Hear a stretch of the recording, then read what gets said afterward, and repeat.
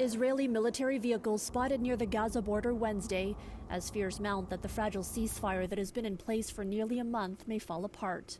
Israel has called up reservists in preparation for a potential resumption of fighting if Hamas fails to meet a strict deadline.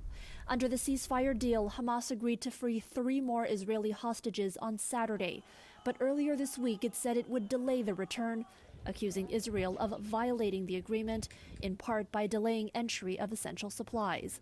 Israel's defense minister now coming with a warning. If Hamas does not release the Israeli hostages by Saturday, he says, then the gates of hell will open upon them, just as the President of the United States promised.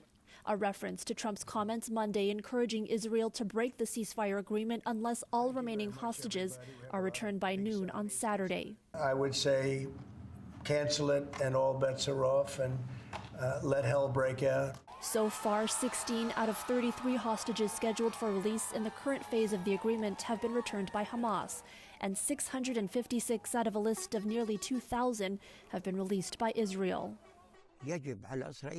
Israel must release the prisoners and abide by the agreements, and Hamas must also adhere to the agreements for the sake of the people, says this Palestinian in Gaza.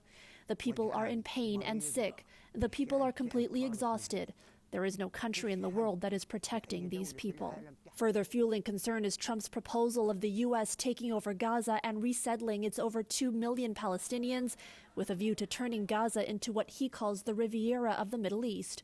At the World Government Summit in Dubai Wednesday, senior Arab officials with a warning.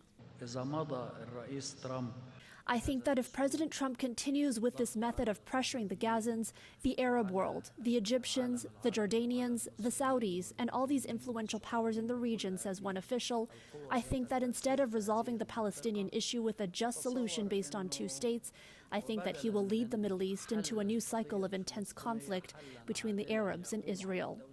Mediators with Egypt and Qatar have ramped up their efforts to save the ceasefire deal. A Hamas official now says there are, quote, positive signals for the release. For City News, I'm Erica Natividad.